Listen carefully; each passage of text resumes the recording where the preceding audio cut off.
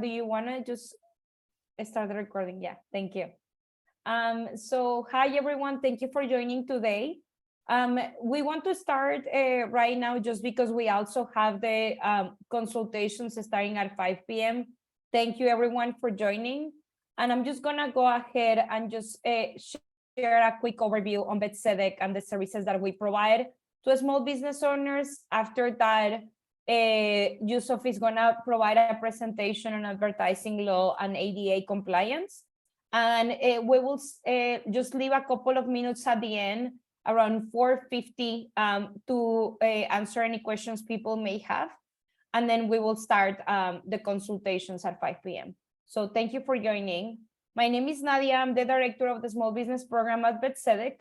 Tzedek is a nonprofit that has been providing free legal services to individuals in Los Angeles for over 40 years.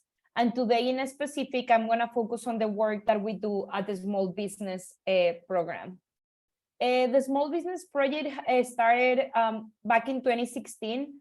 And in the last couple of years, we have focused our work on helping low to moderate income entrepreneurs and small business owners. We do this through different areas of work. We have our Small Business Legal Academies, that is the one happening today, in which we have lawyers presenting on topics that are relevant for our community. And then we have one-to-one consultations with attorneys. Besides that, we also have community presentations and workshops. We are having a presentation next week in person with the LA Law Library on October 25th around commercial leasing. And then in November, we are hosting another presentation related to succession planning for small business owners. So stay tuned, look at our social media and just our calendar so you can join to these different events that we have available for small business owners. And then besides that, we have direct client representation on transactional legal topics. We can help small business owners on a variety of legal areas. And the ones that are listed here are just a couple of examples. Our services are provided through both in-house staff. We have a couple of staff attorneys that assist the small business owners, but we are also very grateful to our pro bono lawyers. We have a huge network of pro bono lawyers, and Paul Hastings is one of the firms that are actively taking matters with us. And what that means is that all the services that we provide are free, either by placing small business owners with a law firm or by us taking the case directly. So the areas in which we can help small business owners can go from helping someone review a commercial lease, draft a contract for a small business owner. If a small business owner has questions related to entity formation, we can help them with that.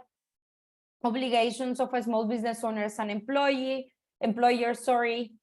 ADA compliance, questions related to intellectual property, how to register a trademark, a patent, and then other types of transactional legal assistance. What is important to mention is that we, as it is stated here, all the services that we provide are strictly transactional. We do have some eligibility requirements to be able to help small business owners. And the first step to get access to our services is to complete our online application. And I will share the specific links on how to you can get in touch with us in the next couple of slides. The third thing that is important to mention is that we are limited to helping small business owners based in LA County, and then we also cannot help nonprofits. However, if you are a nonprofit and you need assistance, we can provide referrals to you. We have a couple of partner organizations that can help you. So as I said, we can help you in different ways. We also have some free resources available on our website. So I will invite you to look at those free resources by clicking this link, apply to receive services from us by clicking this other link, and I will include these ones on the chat too. And then this is my email in case anyone has questions. Before we start, I also wanted to mention that we are very, very grateful to the county and the Department of Economic Opportunity. We have a partnership with the county and with Public Counsel through which we can help small business owners and entrepreneurs. We have a designated website for our program with the county. I invite you to either apply here or apply on the other link. This website has also a couple of webinars that we have presented in the past, And also, if you don't have access to an internet and you just want to reach out to us by the phone, you can also contact us through this toll-free line. As I said, the program with the county is very relevant for us, and we are very, very grateful for the assistance on the county to be able to provide these free legal services to small business owners. So before we start, I do have to read the disclaimer. Please note that the information that is provided today is for general information only. It is not considered legal advice and will not create a lawyer-client relationship with you or your business. Neither the lawyers, nor the law firms, nor Tzedek will accept any responsibility for losses that may result from your reliance on this information. Instead, we urge you to seek legal assistance that is specific to your case. As I mentioned, we do have some rounds of consultations later today. For those consultations also, we are in a clinic type of setup. What that means is that the lawyers during the consultations will do an intake with you, can answer some general questions, but then if you need some specific legal assistance, we will follow up after the consultations to provide the services that you request. And right now, I just want to say thank you to Yusuf. He's a great partner for Tzedek. He's a partner at the corporate department of Paul Hastings. He's based here in Los Angeles, and he focuses his practice on investment management matters. He's a great lawyer, and he's always willing to help us, so we are very, very grateful to Yusuf's support. I will go ahead and let Yusuf start. Just give me 1 second, and I'm going to share the right presentation. So, Yusuf, do you want to start with ADA or advertising? Sure. Yeah, why don't we start with ADA? My name is Yusuf Dami. I'm a partner at Paul Hastings, and I work with Tzedek in the small business program to do a lot of different things with clients, both form entities, help people do contracts, think about succession planning and other important things. One of the 2 items we're doing today is ADA compliance. And that's something that's become increasingly important. A lot of our small businesses are stores or shops, places with physical locations. And in those instances, there's an important set of laws that govern how you can make your business available to people with disabilities, and how folks with disabilities visit your store or visit your business, what you need to do in order to appropriately serve them under the law. I think, as I always say with these presentations, it's just supposed to give you a basic overview of what you need to think about. But if you have a business that's a store, or you have a business where you need people to come into your space, you should look and think about the things we're discussing and schedule some type of appointment for intake with Tzedek. We were discussing this before the program today, and one of the things that we realized was some of the problems that small businesses are coming into, and some of the lawsuits and some of the other issues they're facing are really being driven from this ADA compliance. It's a very important item right now for regulators and for the government and for people. And so as you're thinking about your business and the different risks you face, I think you should focus on this one in particular. So we can dig right in. Just in terms of the overview of what we're going to be talking about, we're going to talk about the Americans with Disabilities Act and focus on public accommodations, what you might have to do to modify your existing business space to facilitate compliance with the law, the types of assistance that you might have to give customers, things you want to think about when you're communicating with your customers, how you deal with service animals, wheelchairs or other mobility device issues, and then architectural barriers, as well as accessible entrances. We're also going to spend time thinking about routes to getting your goods and services, parking, and a handful of other items. And we're going to close with things related to the building codes and tax credits. I think we're going to really spend most of our time on the first half, because that's where we're seeing our small businesses really coming into facing issues and where people really need to sort of think through what's going on. Next slide, please. So the Americans with Disability Act, it's a federal law based on civil rights law that protects individuals with disabilities. It includes prohibiting the exclusion of people with disabilities from everyday activities, like shopping at local businesses. And in order to meet the goals of the ADA, the federal government has designed requirements for private businesses of all sizes, both for-profit and not-for-profit. I think most of you are running your businesses for profit. The not-for-profit sector is in a different set of slides, so this will be highly relevant to you. Next slide, please. Under the ADA, disability means having a physical or mental impairment that substantially limits one or more life-performing activities. Things where you need personal care or you have trouble performing manual tasks, walking, seeing, hearing, speaking, breathing, learning, or working. Having a record of this type of impairment or being regarded as having such an impairment, such as a person who has severe burns but has no visible impairments. Next slide, please. So in addition to the federal act, because we live in California, we have to think about the state law. There are two California statutes, the UNDRA Act and the California Disabled Persons Act, each of which incorporate the federal law, the ADA, into California civil rights law. And this allows people with disabilities to sue a business that's violating the law to recover monetary damages. The act provides for statutory damages of $4,000 per offense, and the California Disabled Persons Act provides for statutory damages of $1,000 per offense. By contrast, Title III of the ADA only provides for injunctive relief. So under the federal government, what can happen is that somebody can cause you to have to change the way that you do business, which can be time intensive and it can force you to shut down. So you want to avoid that. But in California, you also want to be careful because you could be sued and actually have to disgorge profits or provide damages to individuals who are harmed or who you've violated in terms of the act. Next slide, please. So the ADA establishes requirements for public accommodations, businesses that provide goods or services to the public. There are really 12 categories of public accommodations. They include things like stores, restaurants, bars, service establishments, theaters, recreational facilities, doctors and dentist offices, and other businesses. Next slide, please. Businesses that fall within the 12 categories are going to be subject to these requirements, regardless of the size of the business or the age of the building. I think it's very likely when you look at these that your business, if it involves sales, if it involves working with individuals that come into your stores, will be covered by some or all of these statutes.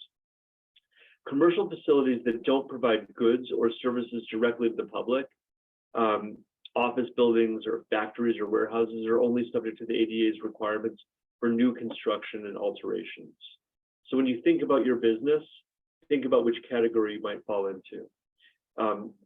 In order to accommodate people with disabilities, your business may be required to make reasonable modifications to its rules or policies. Anything that would result in a fundamental alteration or a huge change, something that's essential to the nature of your business, wouldn't be required. Next slide, please. Like for instance, a restaurant doesn't have to prepare special dishes for people who have certain disabilities.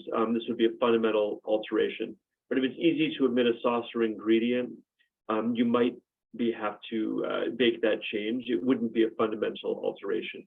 I think when you're thinking about these points, when you put a list together for a pro bono lawyer before you have a meeting with a Tzedek volunteer, think about what it is about your business that's fundamental to it and what you might need to do to provide services to people who are deemed to have special needs under the law that we were describing. Next slide, please. So an easy example, if you have a daycare center with children with disabilities have to have an extra snack. Next slide, please. A store would have to allow people into a dressing room if a person with disabilities is required to have such a companion in order to try on. But the clothing store doesn't have to provide the assistance if that's not something they provide to other customers. Next slide, please. Customers with disabilities might need different types of services to access your goods or services. So for example, if you have a grocery store or any type of store where you're selling goods from high shelves, people might need help reaching up to them. People might need help navigating the aisles of a store if the aisles are narrow or if they're hard to maneuver. Next slide, please.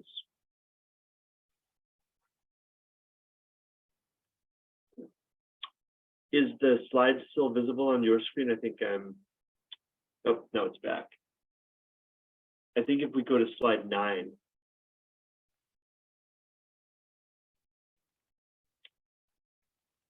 Yep, you can still see. Perfect. It came off on mine, but now if we go back to 9, I think that would be great. Perfect. So in order to accommodate people with disabilities, you have to make reasonable modifications, as we were discussing, but not a fundamental one. Next slide. And then we can skip through to here. So businesses have to take steps necessary to communicate effectively with customers who have vision, hearing, or speech disabilities. The method of communication is going to depend differently on the abilities of the customers and the complexity of the communications that are required. Next slide, please. So an example of the sales clerk might have to exchange a written note with somebody who can't hear, who's deaf. A sign language or oral interpreter might be necessary to discuss cancer treatment or other options if you're dealing with medical or any other type of physical procedure. Next slide, please. So a blanket policy that would disallow pets from entering an establishment might run afoul of the ADA because of people with disabilities who require service animals. This is something that we think about, especially in LA and especially now, post-pandemic. A lot of people are out with dogs, some of which are bona fide service animals, some of which are comfort or therapy dogs, as we've seen. A service animal is a dog that's individually trained to do work or perform tasks for an individual with a disability. We frequently see the blind with service dogs, but comfort or therapy dogs are not necessarily service animals under the ADA. Next slide, please. So a service animal that comes into your establishment has to be harnessed or leashed or tethered unless those devices interfere with the animal's work. Individuals who can't use those devices have to maintain control of the animal through certain commands. But if you have a service animal that is subject to the control of the person who is working with the animal, you do have to allow them and facilitate their entrance and their involvement with the store. Next slide, please. So businesses can exclude service animals only in very limited circumstances. If the dog's out of control or if the handler can't regain control, if the dog is housebroken, not housebroken. If a service animal is excluded, the person needs to be allowed to enter the business without the animal. If it's not clear whether the dog is a service animal, a business may ask 2 questions. Only, is the animal required because of a disability, and what type of work or task has the animal been trained to perform? So you should be careful and think about when you see a person with an animal who seems to be a service dog, how you interact with the person and how you facilitate their entry to the store. Next slide, please. So you can't prevent people with disabilities from using mobility devices in all areas that other customers might go. That could include all sorts of devices like golf carts, other ways that people get around that don't involve themselves, depending on the establishment's ability to reasonably accommodate these people and the mobility device's size, weight, and dimensions or other safety concerns.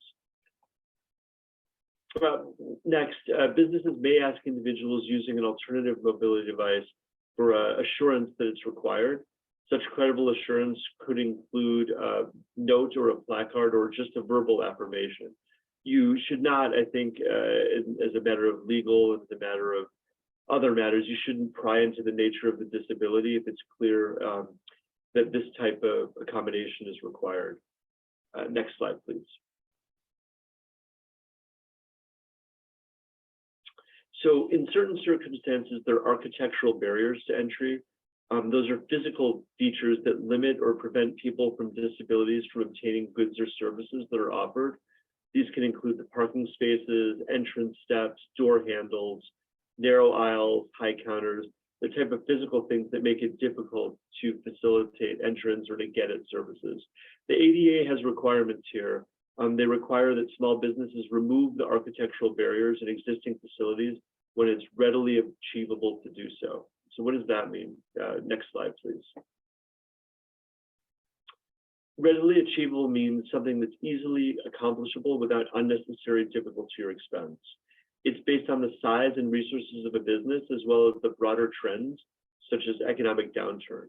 The ADA standards for accessible design can be a helpful resource in determining whether you have to remove a barrier.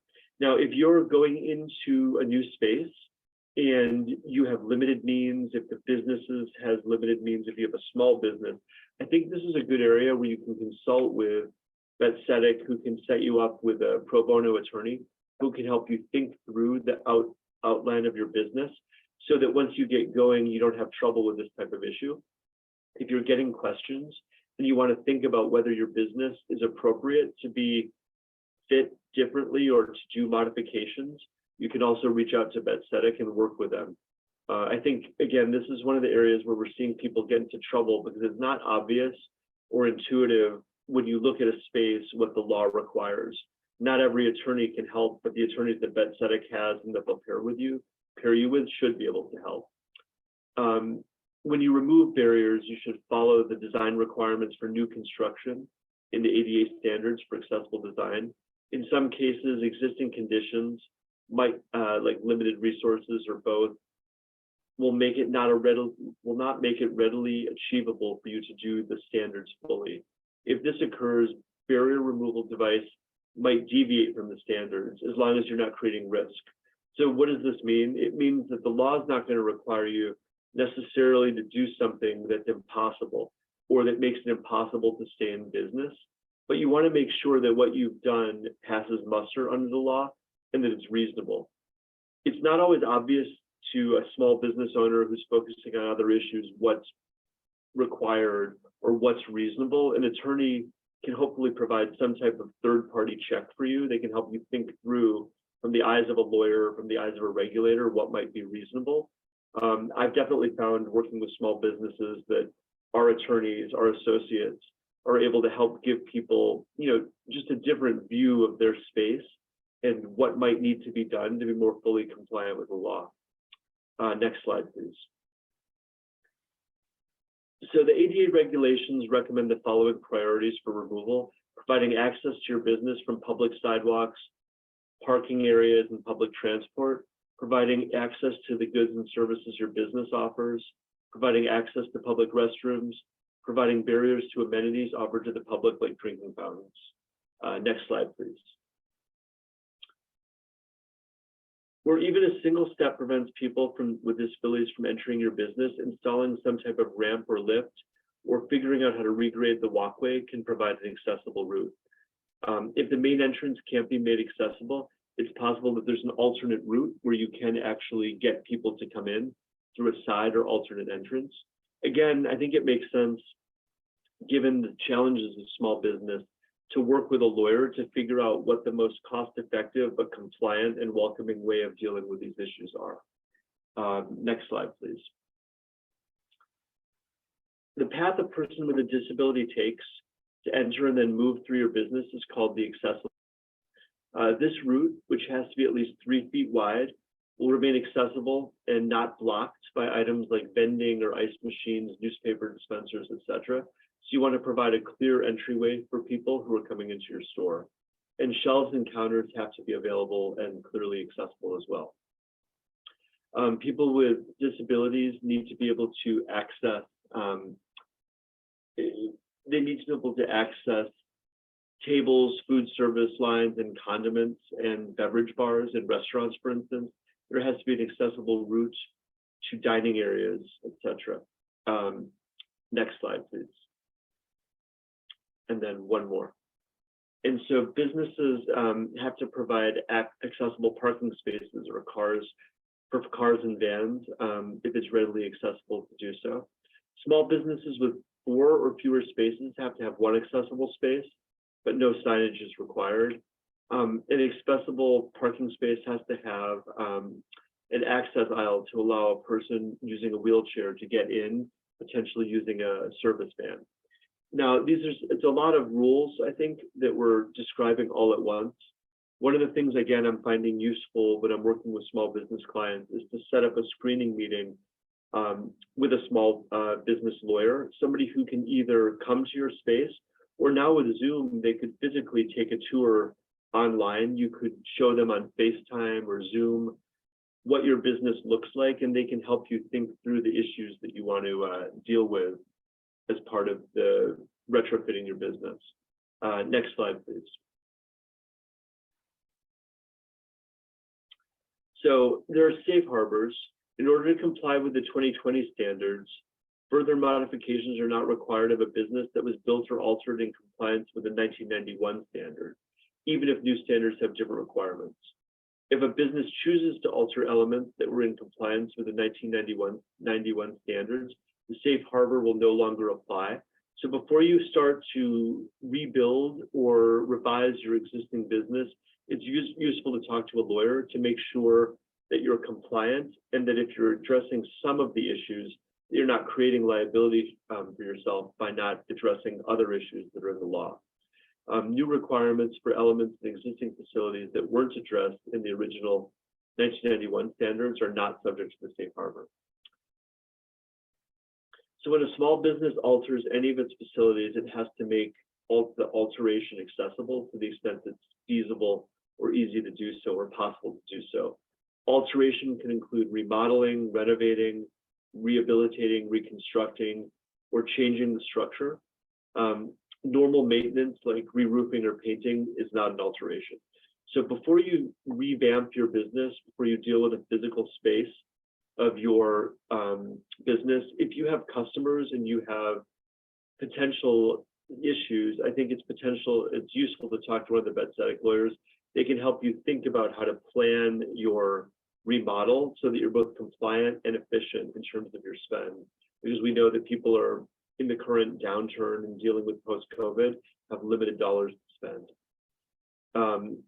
The California Building Code requires that business owners make improvements whenever they're doing construction or renovation, typically a building permit, under a building permit. All newly renovated areas have to meet the accessibility standards, and businesses also have to and are going to be required to ensure accessibility of the building's main entrance and the routes to designated areas, bathrooms, and drinking fountains. If the cost of construction is under the state's valuation threshold, and that changes every year, you can limit the cost to 20% of the overall construction cost. That's something you should talk to a lawyer about, a pro bono lawyer. They can help you think through that issue. Next slide, please. So building instructors are going to check whether the renovations that are covered by your permit meet the accessibility requirements, and your entire business location is going to have to comply with the ADA barrier removal requirements. So you really should focus on these issues when you're revamping your business, because you don't want to have to go back and then after you've done renovations, spend more time and money re-renovating. Next slide, please. A professional certified access specialist can inspect your location and provide a written evaluation which certifies compliance with state and federal disability access laws. If your building isn't in compliance, the inspector will provide a report explaining what you need to do and can help you develop a timeline for making your business readily accessible and for being compliant with the relevant law. Next slide, please. To assist businesses in complying with the ADA, the IRS code will give tax credits for small businesses who are seeking to come into compliance. The tax credits available to businesses that have a total of $1 million of revenue or less in the tax year, or 30 or fewer full-time employees. Again, this is the type of thing you should plan with a Tzedek lawyer. How can you both take advantage of the need to renovate, but also make sure that you're doing so in a tax-efficient manner, and also making sure that your plan, when done, is going to be compliant with the law. Next slide, please. So the DOJ hasn't yet released regulations outlining requirements for website accessibility, but that's something that's also going to be relevant. It's indicated the ADA's accessibility requirements are going to apply to these websites. That's going to deal with people who have difficulty seeing, or in the case of audio, with websites hearing. An ADA compliant website could include closed caption images, words that allow the deaf to understand what the website is doing, as well as different approaches with webinar presentations being available with PDFs or other items, thinking about people who have low vision or potential low hearing. Next slide, please. So these are some helpful information sites that you might use to get further information. But again, I think the thing to do when you're looking at this and you're thinking about your business is first think about, what does my business look like? Who's coming in? And what are the areas where I could possibly need help revamping the business to make it easier for the disabled to access my business? And bringing that information into a meeting with a pro bono lawyer will let them help you. You spend some time thinking about these, like looking at the slides, looking at the sites, looking at who's coming in and how, and then a lawyer can help you address any issues that you might see. I think that's it for this set of slides. We can pause to see if there's questions, and if not, we can actually move to the advertising set of slides and potentially pick up all the questions at the end. But Nadia, I defer to you there. Yes. So if anyone has questions relating this first set of slides, you can share them on the chat. I don't see any right now. I see there's two on the chat. Nope, this is just people confirming that they were able to see. So we're good. Perfect. Okay, so I think I'm gonna go ahead then and share the ones related to advertising law. Give me 1 second. So while she's putting those up, just to give you a little bit of context. So I'm a general corporate lawyer and I work with a lot of small businesses. What I've found is really effective with these programs is when you're able to take the slides and if they're distributed afterwards, or review the video and think not about just taking from this presentation, oh no, I've got to do all this change, I've got to change my business and it's very overwhelming, but rather to think about coming out of the session. If you look around your stores, I can see in the background of some of your businesses, you know, what they look like. What is it? Where are areas where I might need to actually do improvements? And then how can I work with a lawyer to make them as efficient as possible for me as a small business person and compliant with the law?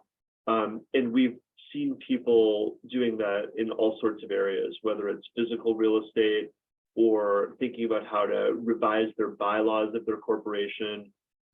It's always the same approach. So we're covering a ton of material in an hour, but to the extent you have questions about one item versus another item, you'll be able to come back to Nadia and potentially book different meetings with different pro bono attorneys. One of the great things about this program is that Nadia has access to attorneys at all the big law firms in town, many of whom have all sorts of different areas of specialty, and all of whom are very excited in particular about working with small businesses. So the people on my team, they're all business lawyers. You know, before this program, we didn't get to really help people. It was just after they got sued that people would be pro bono lawyers. And now we're able to help people build their businesses from the ground up. So definitely, I encourage you to use Nadia and Tzedek and the small business program as a resource to try to get your business up to speed in all these different ways. So the other thing we're going to do today is faster, potentially relevant to a number of you, because even if you don't have a physical space, every business that I know of has to deal with advertising and marketing. And right now, people are doing advertising in so many different ways. You know, it used to be you have a TV spot or a radio ad. That was it. Now we're talking about online ads, email blasts, posting on Twitter. And what does it all mean in terms of how you're being careful with respect to your business and how you're being compliant with respect to advertising laws? Why don't we jump in with the next slide? We're going to do this legal and regulatory overview, thinking of the basic principles of advertising law, some of the causes of action that you might face, and then talk about intellectual property, IP, and what that might mean. Some of your businesses might be IP heavy. If you have a brand, if you've got a clothing brand, if you have a particular product that you created and you want to protect it so that not everyone can use it, you're going to think a lot about IP issues in advertising. And then we're going to wrap up and talk about any specific issues you have. One thing I'll say is that just like the last topic, this is an area where you really want to get involved with a specialist. So I'm a general corporate lawyer. I'm pretty good at telling people, hey, this is the stuff you've got to think about. But one of my partners and one of my colleagues is really good if you have an IP issue. I see people have clothing stores in some of the background. If you want to say, hey, I want to trademark this shirt. I want to trademark this logo. What do I do? If you set something up with Nadia, she'll set you up with an IP specialist. They can really dive in and help you. If you want to put a store sign up and you want to make sure that it doesn't infringe on somebody else's IP, one of our lawyers can help you in a session. So next slide, please. One more. So what's advertising? And when you're thinking about the basic principles of advertising law, an advertisement is any act or practice of attracting public notice or attention using connection with a commercial activity. So everyone here is probably engaged in a commercial activity. They've got a business. Anything that you do to attract people to your business could be an advertisement. Radio, TV, packaging, print ads in a newspaper, which we see less of, blog posts, social media, if you post stuff on YouTube, or if you get somebody to do a testimonial for you, or you get an influencer to use your brand, that's all advertising. Next slide, please. So what are the key principles of advertising claim substantiation? All advertising claims have to be truthful, accurate, and adequately substantiated. In other words, they're verified. Both express and implied claims have to be supported. So when you say something about your business, you've got to be able to back it up. Substantiation for advertising claims have to exist before you put the ad out in the world. So what's the test for all this? Before you do an ad, before you do a blog post, before you post a YouTube video, it's the net impression. All reasonable interpretations have to be supported. Images and other elements that convey claims have to be supported. And then the question is, what might a reasonable consumer conclude is the claim? So if I'm saying something on YouTube, the question is, what's a reasonable person who's watching? What are they going to take from it? Certain claims have special meanings, obviously. If you say something is made in the USA, if you say it's organic, if you say you're going to give something free, it's an obvious statement. You've got to make sure what you're saying is true. If you have an endorsement from someone or a testimonial from a famous person or a person in the community, there's a general rule. If there's a connection between the endorser and the maker of the product being advertised, you've got to disclose it if it's relevant. Because if it was disclosed, if it might make the endorsement suspect or something that you'd want to know, you've got to disclose it so that people understand. So for instance, if I'm getting paid to make a statement, or if I'm related to you, or if I have some type of reason to favor your business other than being simply a fan or a consumer, that's got to be clearly stated so that people know what the advertisement is really doing. You need to have disclaimers potentially. Ads may be considered misleading if material information is omitted. Good disclosures of additional materials might also prevent inaccurate impressions. So what this really boils down to is all material information has to be clearly and conspicuously disclosed. So what does that mean? It means if you're saying something about your business, it's got to be true under the four corners of the ad. You can't leave something big out and try to fool people. It's that a normal person looking at the ad has to understand what you're conveying and can't come back and say, oh, if I'd known this other fact, I never would have believed that, or I never would have understood it that way. Next slide, please. So what's material? That's another question. Like, what is something that's important versus what's something that's small or not material?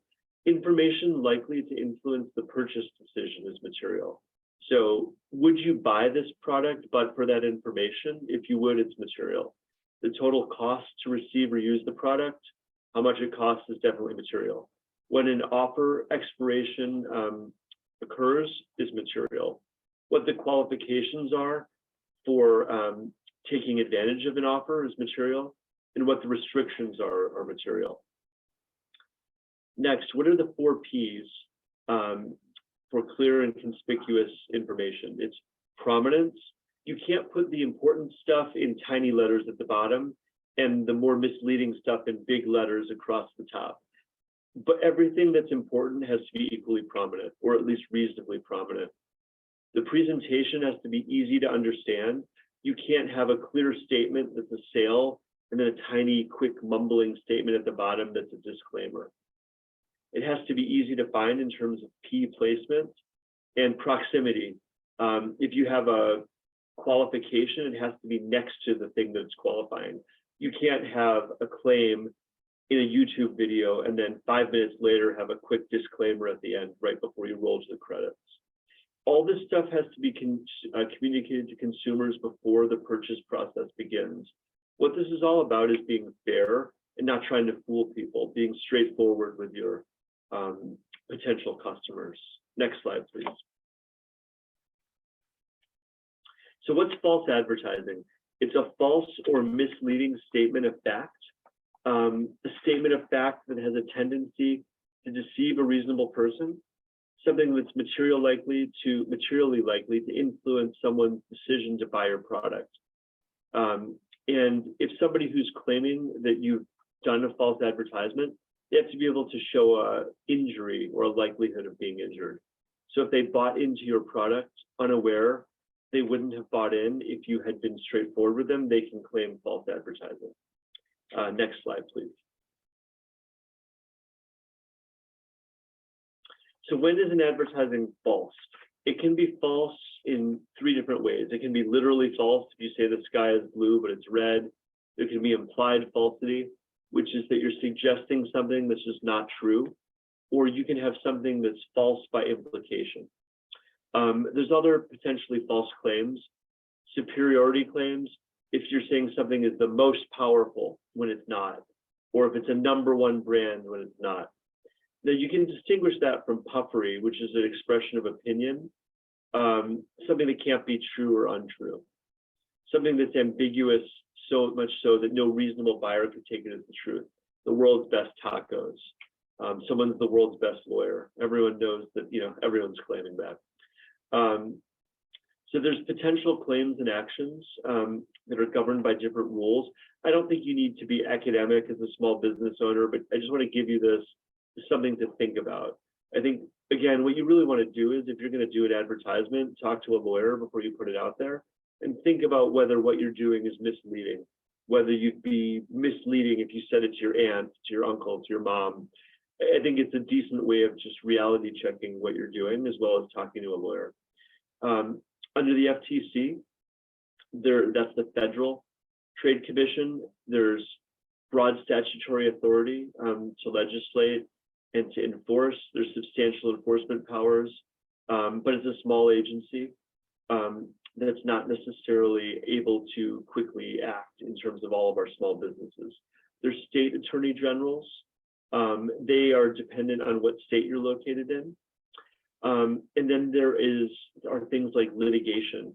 A competitor might litigate to harm your business, but also to enforce the right of your consumers to have truthful information. Next slide, please. So here's the question that people often ask: what can be recovered if you're sued under one of these acts? You can be enjoined from making further false statements. Your advertisements can be halted. You can be forced to do a corrective advertising campaign that's both costly and embarrassing for your business. You could have to cough up actual damages under a state lawsuit. The profits that you created by being misleading could be disgorged. And you could have attorney's fees if your plaintiff has to pay to sue you. So what are the best practices that you want to think about? They're pretty common sense. You want to be accurate and truthful. When you're making claims about your business, you want to review them and look at the context that they're in. Is the statement that I'm making, when it's surrounded by all these other statements and pictures, is it true and is it clear, or am I kind of muddying the waters? You want to confirm that evidence exists that whatever you're saying is true. And then you want to note, anytime you're making a statement that's objective, something's organic, something's pure, that it's verifiable and that you've made, that you've made a note of it and that you're being accurate. Next slide, please. So before we do this, in addition to pure advertising, there's an idea of IP or intellectual property. The basic ideas that we think about here are copyright and trademark, publicity, and UGC. Next slide, please. So what's copyright? It's something that protects original works of authorship or expression. From the moment the original work of authorship is fixed in a tangible form, you've got copyright.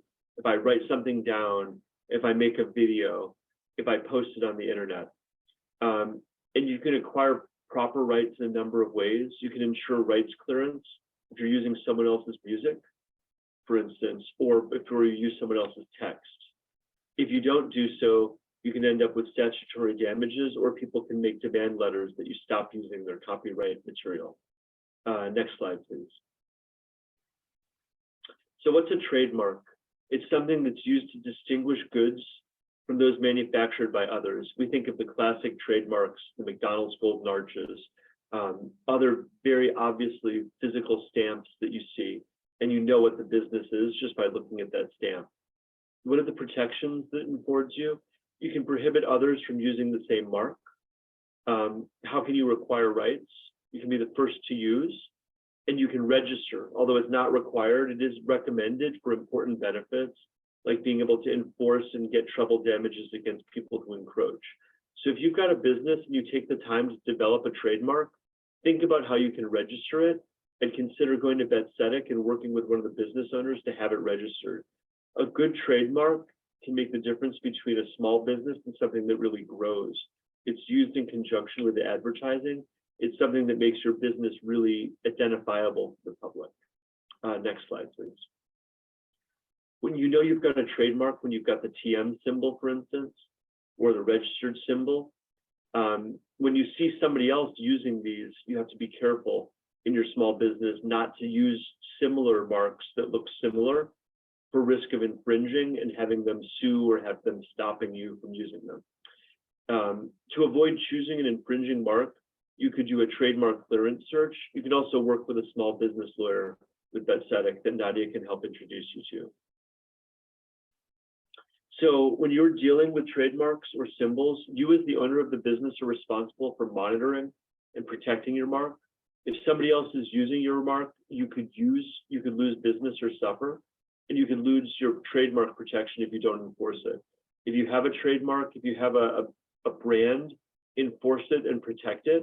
You can get small business help to do so, and lawyers to do so, but it's very important because it's a very valuable part of your business. For federal marks, you have to submit a renewal application every 10 years. You want to keep your legal documents and your legal renewals. So we only have a couple more because I know you guys have to start. I want to leave 10 minutes before you start your intake sessions. As an owner, you're responsible for protecting and monitoring your marks. You want to make sure that if you see somebody, if you've got a particular brand, you see someone using it, you want to take action to enforce your rights. And in California, there is a means, if you're only in this state, you can, with less expenditure, protect your rights within California. If you have small businesses that are local, you might want to do that, and you might want to work with a Tzedek lawyer to start with a California-based registration.